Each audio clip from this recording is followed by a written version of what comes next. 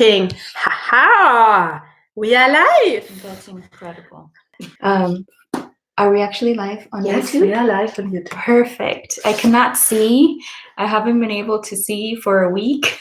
I am here in Aachen, Germany, with our excellent host. And I'm also here with Michael, who is originally from Germany, born in Germany as well. Yes. Hello. And I'm also here with Danilo, who is from Asian descent, but was born and raised and lives in Brazil. Yes. Hello. And we are in a Darkroom Retreat. And this is my first experience with Darkroom Retreats. And Bharati mentioned that she's done a live session before, so I thought that would be excellent for us. So here we are. Thank you for joining. We're going to be speaking about our experiences in the dark, and just to help everybody who's listening get a better idea of what it is, what we do with it, and how it can help you in your journey if it's something that sounds interesting to you. So I will start with Bharati. I want to ask you if you can share a little bit of you have so many stories, but you're hosting these Darkroom Retreats in Germany. Right. I'm just going to clarify for everyone listening, this isn't related to Mantak Chia. I had mentioned before that I was going to go to Mantak Chia in February next year, but I was too eager to do it sooner. So I found you, a friend mentioned you.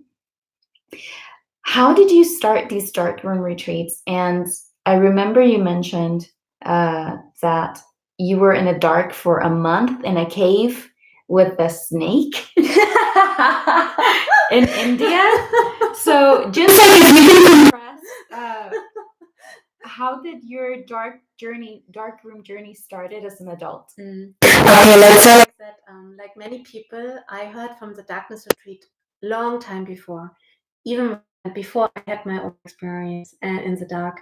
And I heard it before my life journey brought me to India, where I stayed for 10 years. So actually, before I turned 20, I already heard the first time from Darkness Retreat. So, and I felt, wow, that is very interesting. But then my journey went to India, and I saw a lot of yogis meditating in the dark. They are not like having a beautiful like facility with shower, bed, like a room in the dark, but in caves. So I have to say, the cave where I stayed also didn't have a bed or anything like that. Wow. And you were there for a month. I was there for a month, and the snake was not living inside, like outside, but it was living there under the caves. There were, there was a stone on it, and under that, the snake was there. But it was like I was with a master at the time who taught a lot of mantras and meditations, and that cave was on his ashram. So, but to do a darkness retreat, like in a room, is a very different. I did that some years later when Thank you for making us safe. Thank you. Yes. So no snakes inside. No snakes inside. And also, you have much more comfort, and you can take a shower, things like that. But actually, there are still people doing that in caves. There are yogis there are people in the Buddhist traditions who stay. Even there are some traditions who stay until 30 years. So traditionally, what is the purpose of being in the dark? So the purpose of being in the dark is traditionally, and each tradition different. The Darkness Retreat, it comes from many traditions, like the shamans do it. There's some tribes who still do it. But it's a kind of initiation in the astral world, and it's a kind of initiation into different dimensions. Because once you have a body, you can say, oh yeah, I think this is real, right? I touch you, so this is real, whatever real means. So the illusion. But when you're in the astral, when you're in the dark, you don't know what is really real and what not. So that is, for example, in the Tibet tradition, that is initiation, the 49 days into the astral world. So to experience. That's incredible that you use that word, by the way. Yes. I'll say why in a little bit. Oh, okay. So you already know I shared the welcome to the initiation. Oh, right. I forgot. Oh, wow, I forgot. Yes. about the Anyway, go experience. ahead. Yeah, anyhow, so that is the point. And the point is also to facing our fears and to experience that we are much more than our mind and our idea of who we are, and to open up the channels to the divine energies. So, and This is traditionally why people go in the dark. Right. And I started this 9 years ago here in Germany. And now right now we have 8 rooms, but I started at another place with 1 room. So it was not my plan to build it up so much, but it gave me so much joy and so much happiness to lead the retreats and help the people in that process that it kept growing. Thank you Thank for you, everything too. you've done and Thank you. for making it safe, a safe environment for us. Right. So I want to hear from you guys. So Danilo and Michael, you have been here for different time frames. Danilo, you've been here for 2 weeks now? Yes. And Michael, you've been here just as me, 7 days.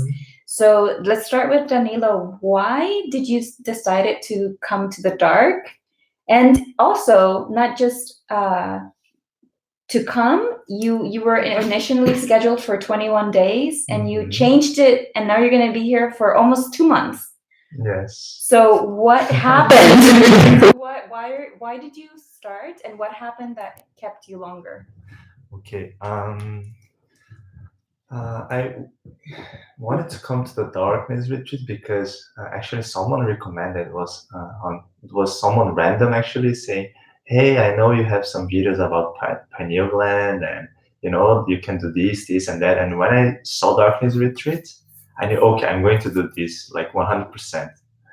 And then I started to research. This was around 5 months ago, and I contact only here actually a few times, and I ended up coming here like because someone recommended. I really felt in my heart, and for some reason I didn't feel any fear or any worriness. And yes, and as soon as I arrived,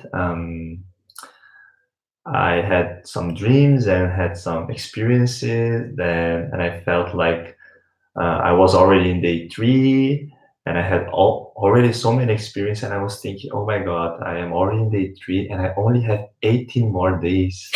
And that's so sad.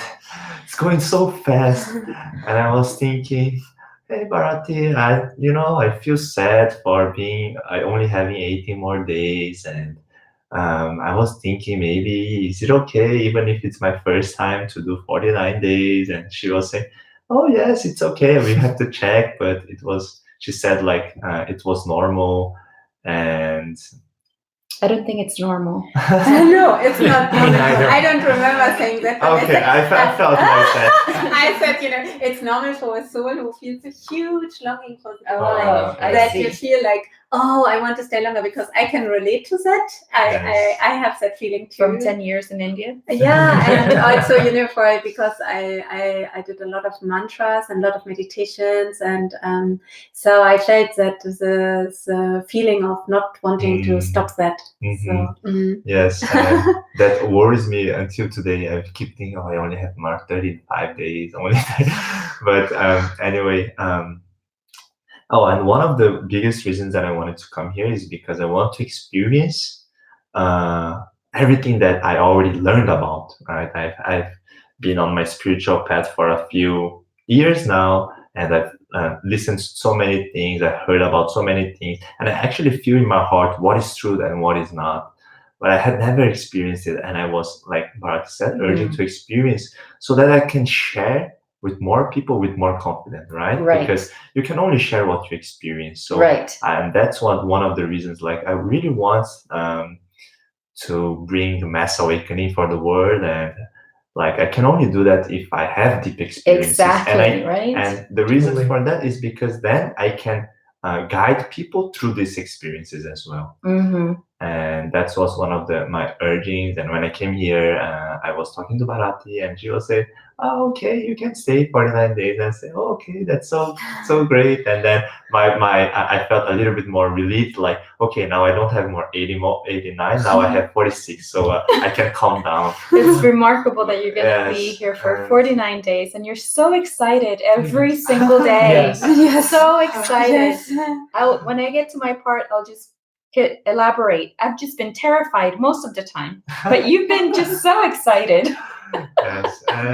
Yes, and that's how I decided to from 21 to 49. But there is one point. I had experiences on the first 3 days. That's And amazing. that was one of the reasons why I got so excited and so sad for not, I already had these experiences and I want to stay longer. And So we'll talk about experiences in a bit. Yes. So now I think Michael can. No. Well, because I do want to get to the experiences. I do want to also get to Michael. Yes. What brought you to the dark room, and what inspired you? Actually, a friend recommended to me because she told me, yeah, I will go have a darkness retreat like last year. And I said, yeah, that sounds fun, but it's nothing for me. And then she came back and she was just like totally inspired and said, you have to do it. It's so great. I said, no, why should I do it? Sitting in the dark is just like boring, you don't have anything to do. And maybe something will come up you can't handle or something like that. This year we talked again, and then I suddenly decided to do it. And actually, there were some times before I did it that I was in some sort of regret because I thought, oh, maybe that isn't the thing for you, and maybe no, you won't do it, and you will quit when you join or something like that. But when I got here, there were some small, some sort of initiation ritual. Bharati was chanting a mantra, and I blew out a candle, and then it started. And then as soon as the darkness started, I became pretty calm.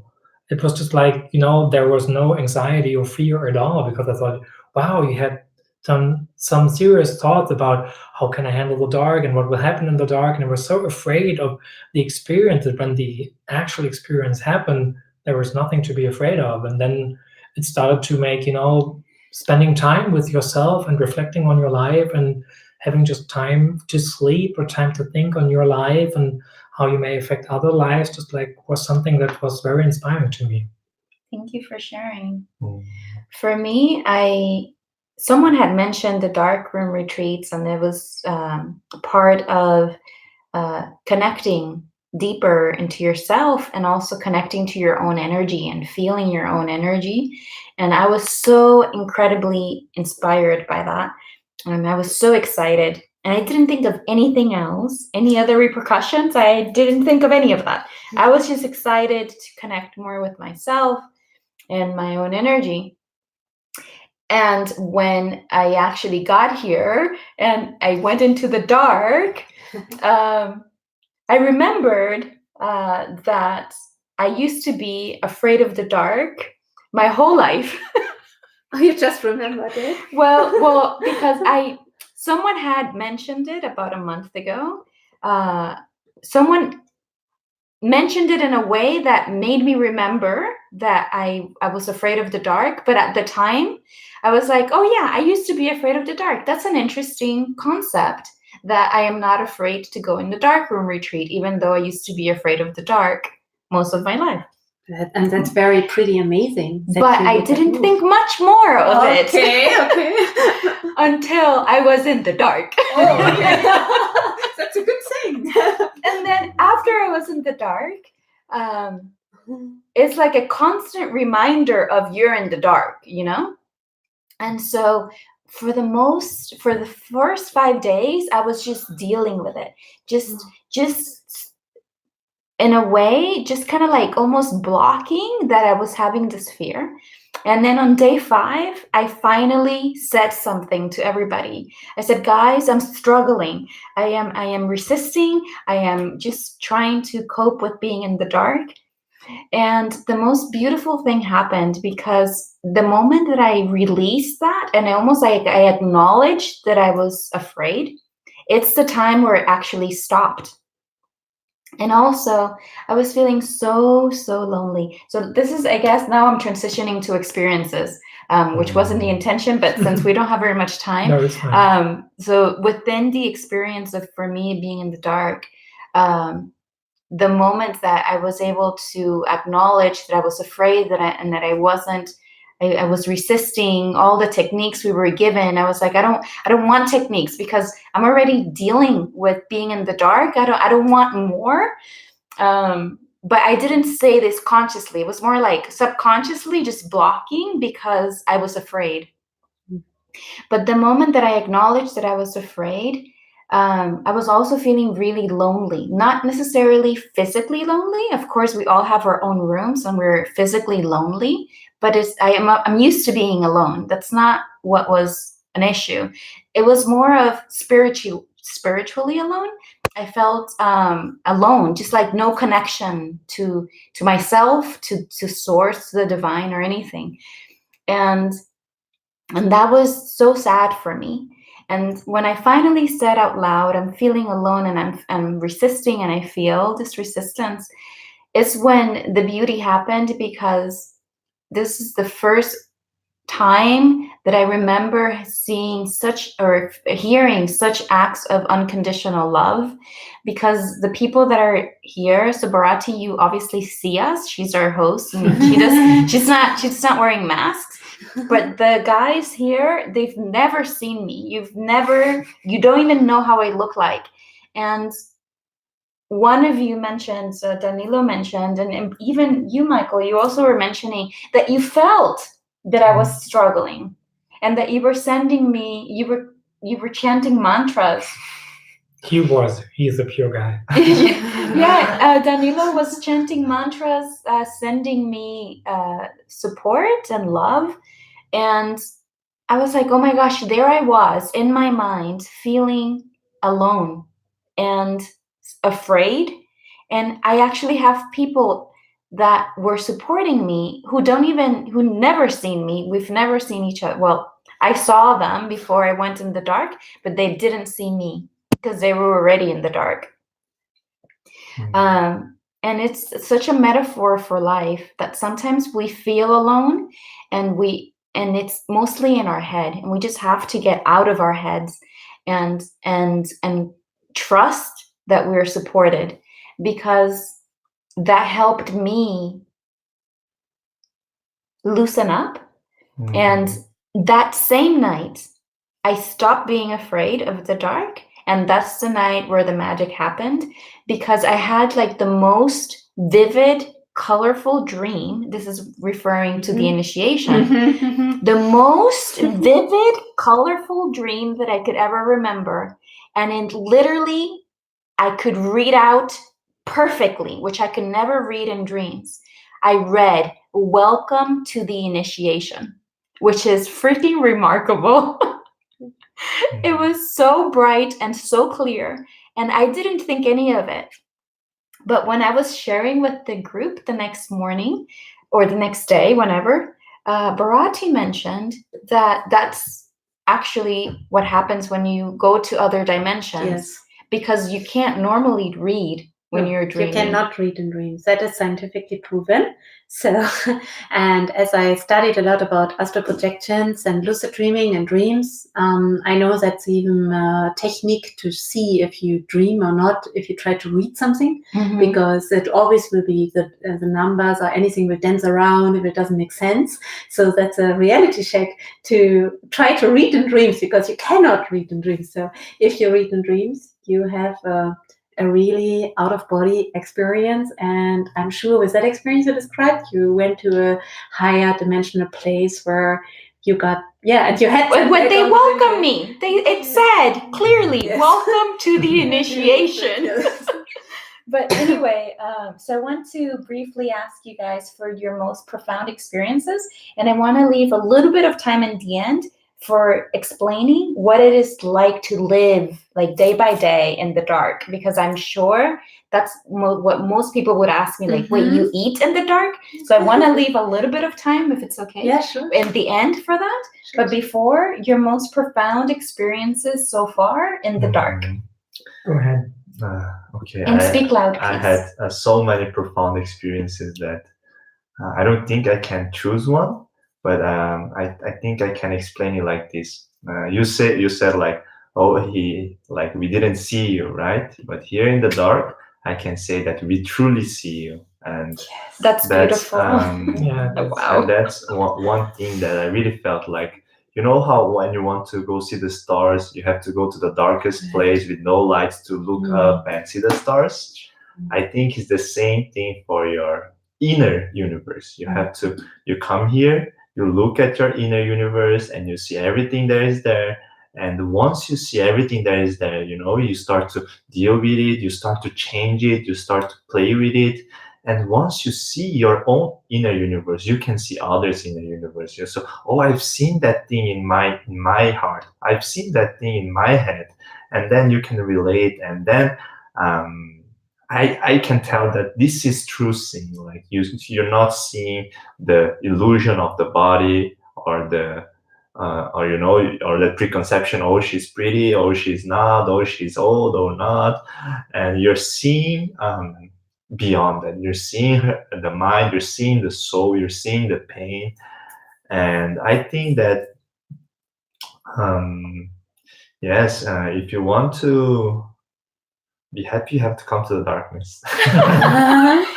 That's so beautiful that you say that, because it's exactly what I felt like. Wow, this person has never seen me, and now you're saying, actually, I see you because it's no filter of what I think of you. That's beautiful. Thank you. What about you, Michael?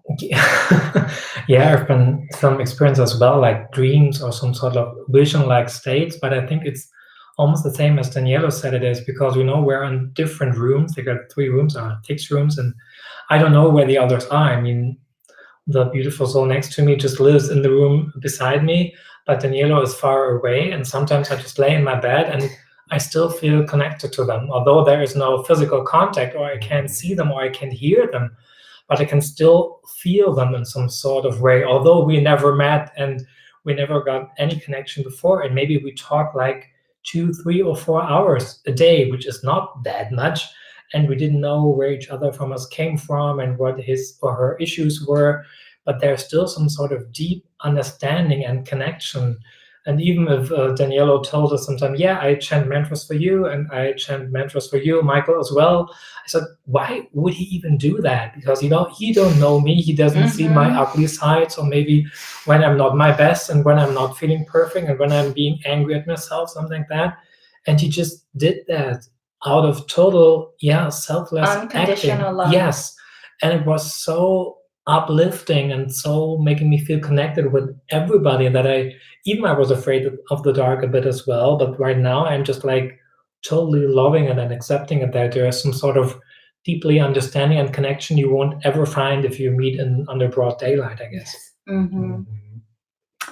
So thank you for sharing, guys. Let's take a little bit of time to talk about what it is like to live in the dark.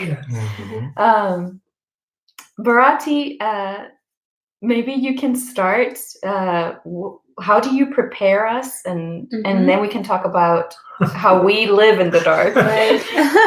So when my beautiful guests come to our house, we have a team of people who will prepare and help me here. And one of the things is that one of my team member will go through a list of what you like, what you don't like, where you have allergies. That is important to know, because some people have allergies for apples or things, or have to take some tablets, allergic to peanuts, right? Or stuff like that, so that we don't put something in there.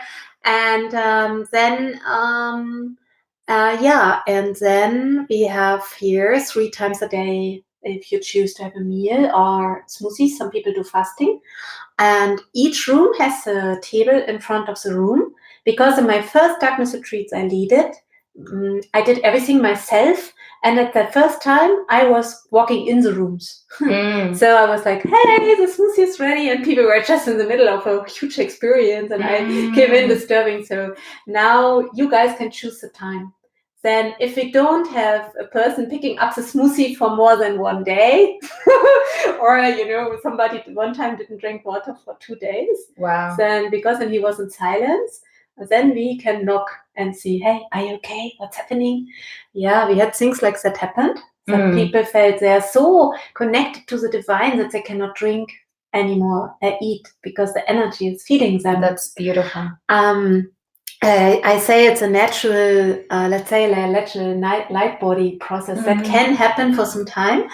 And then in each room is a shower, a toilet, and a sink where you can brush your teeth, you can, wash your hands, you can shower, you can go to toilet. My first facility my second facility, and the first facility I only had one room, and the second house we moved, where was one bathroom for 4 rooms. So that was not good. Yeah, because you had to walk down the floor and share a bathroom with people you don't know. And now I'm very happy that this house has its own bathroom for everybody. So this is how it's set up. So everything is, of course, fully in the dark, and even the corridors in the dark. And when the people, was heißt dein Handwerk auf English? When the people came to make the construction work, then I told I need like so many doors that I can take off the light, like a door and another door I go in between and I close it down so there's no light accident. And they're like, what? You don't want to have a light accident?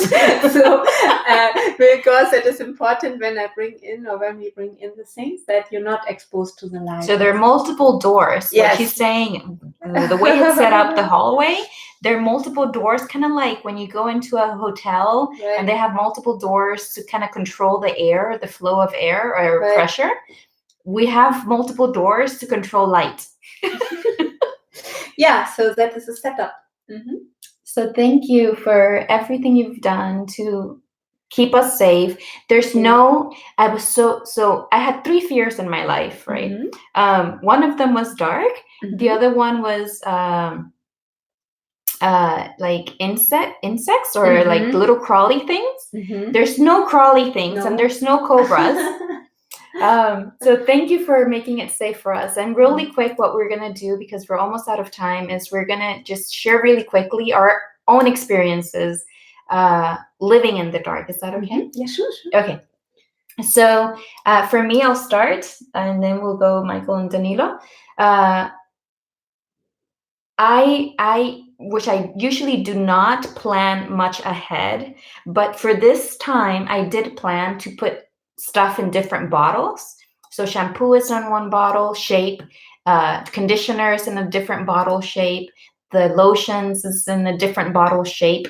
So that was so incredibly helpful. I am so proud of me for doing that. So that has helped a lot. I also noticed that I tried to do yoga, and then the first day it was impossible to do any yoga pose. My balance was just not there, which is interesting because I'm used to balancing as a dancer, but there's no balance. I couldn't do anything. I had to be holding on to something to do a simple yoga pose. But the second day it got better. And another thing I noticed is I sleep a lot. It's like it doesn't matter anymore the time. Like I'll do something little, a few things, like you think you have the whole day to do stuff, but you get so sleepy and so tired. And also I noticed that when I was brushing my teeth, I would pour so much toothpaste on my toothbrush, like so much of it. And what I started doing was putting toothpaste directly in my mouth and then brushing my teeth to control the flow, because I would just be pouring so much, and I was so sure that I was controlling it, and it was so much. So anyway, what's interesting is that after like you think that, a few days later you start to see things, but you don't. It actually gets, I don't know how. Sometimes it gets like you have weird experiences like flashes of light. But what I've noticed is as the day goes in, it gets darker for some reason. And what's potentially more interesting is that things start becoming less normal. Like what I mean is there's no longer a sense of security of, if I take a few steps, I will get to the bathroom.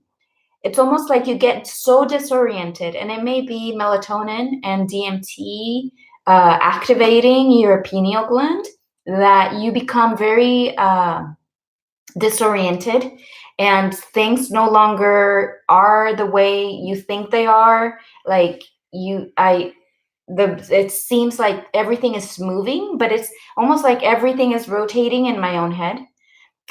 So I've noticed that, and it helps to have fresh air. It kind of grounds you a lot. So that's what I've experienced living in the dark. What about you guys? Living in the dark, like fun things that you didn't expect?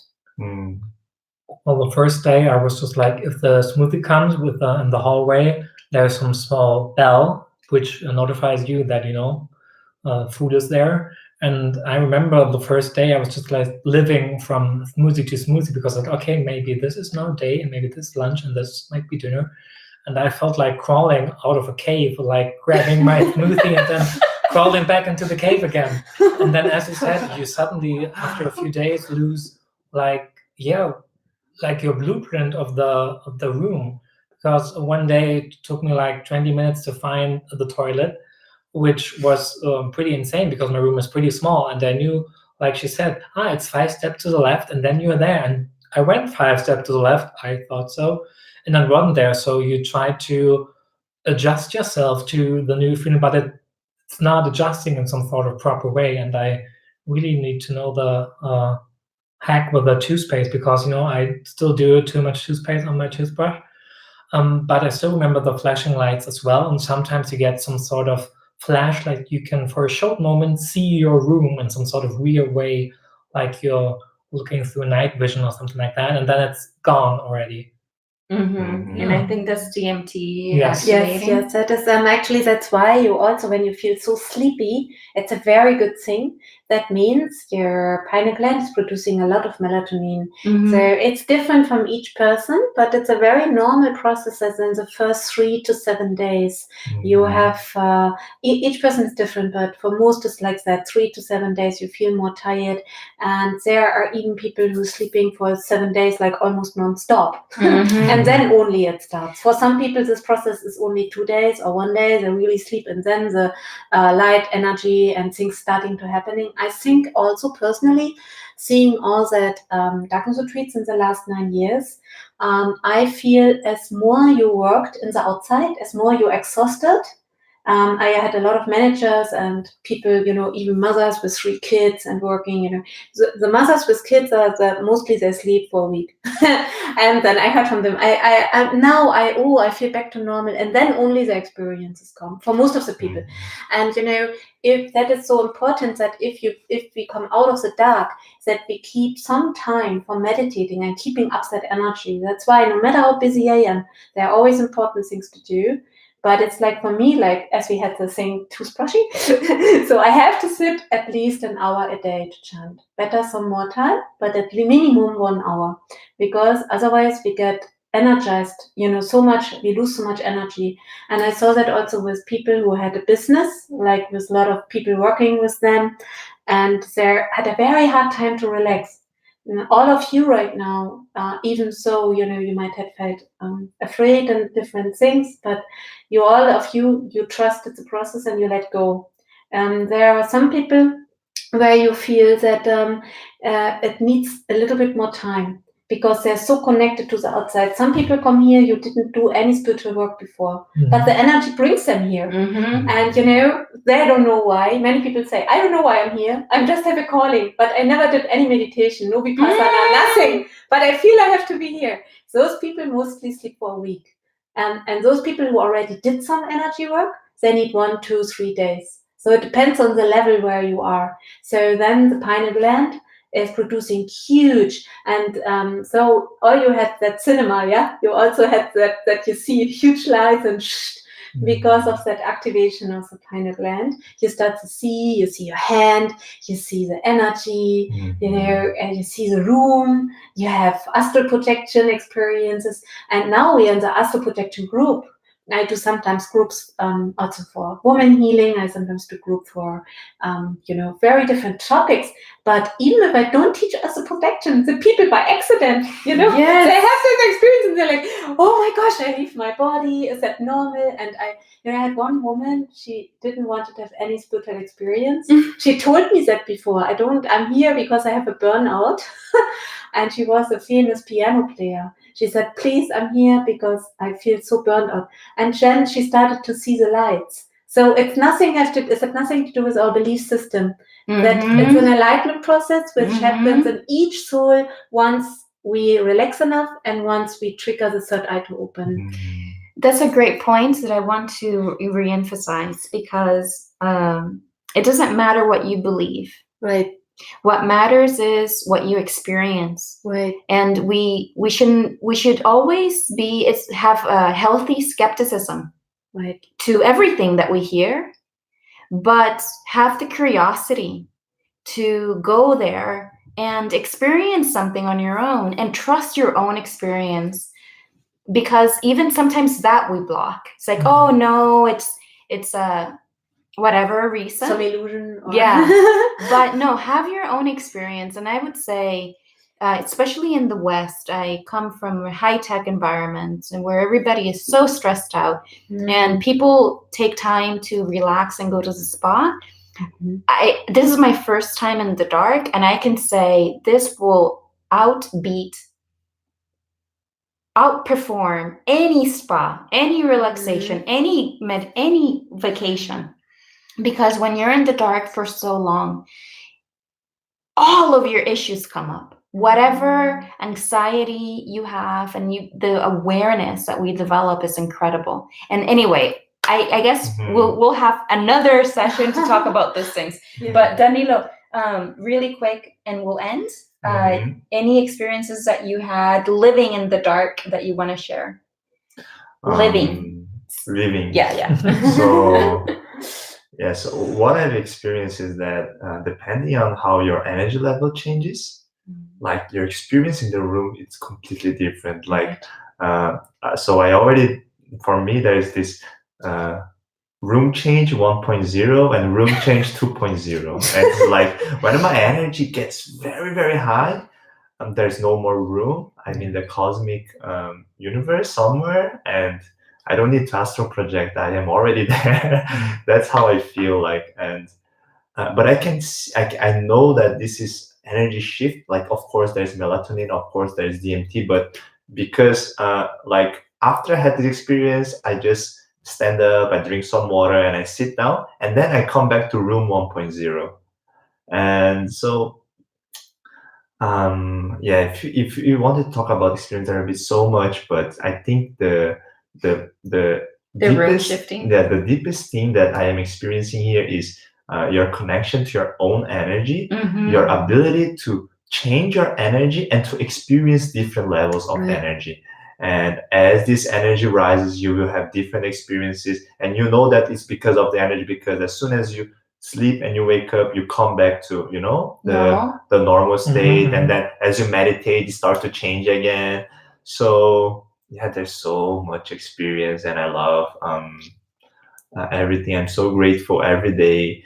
The only worry and fear I have is, oh my God, if I go back to the light, will I lose all these? Like, I think that's the biggest thing I'm working on right now. But and what do you hear from other people? I think the Darkroom Retreat, as you saw it, it's an initiation, as you really literally saw the message when it comes to the initiation. And I really think it's an initiation, and you can move on from that. Personally, I had some experience in the darkness, because I also did then later, after India, a retreat also in a room like you guys did. And there I had some experience with some channels which are still stronger now. I think it's important to practice every day a little bit something. And there is a Sufi tradition, which is actually saying that, I know a Sufi master, and he says to his students, once a year you should do darkness, to go in darkness, to activate that energy in you and not losing it. And I think same we can get through meditation. And I think it's important that we don't, go to a normal life and don't do any practice at all. And there's also this, what you wear right now, your eye mask. So that is also a tip I have to you, that sometimes you put on the eye mask. Like take once a week, a day, where you sit with 3-4 hours, you sit with the eye mask in the dark, and you sit in the pure dark. Even you don't have a darkness retreat room, you walk away with your mindful, you walk around or sit and meditate to remember that energy. Because when I go in the darkness, I also have experiences like you have. It's really weird. Some experiences also change from person to person, but I had the experiences I was very hard to control, where all of a sudden I started to have an out-of-body experience while leading a group.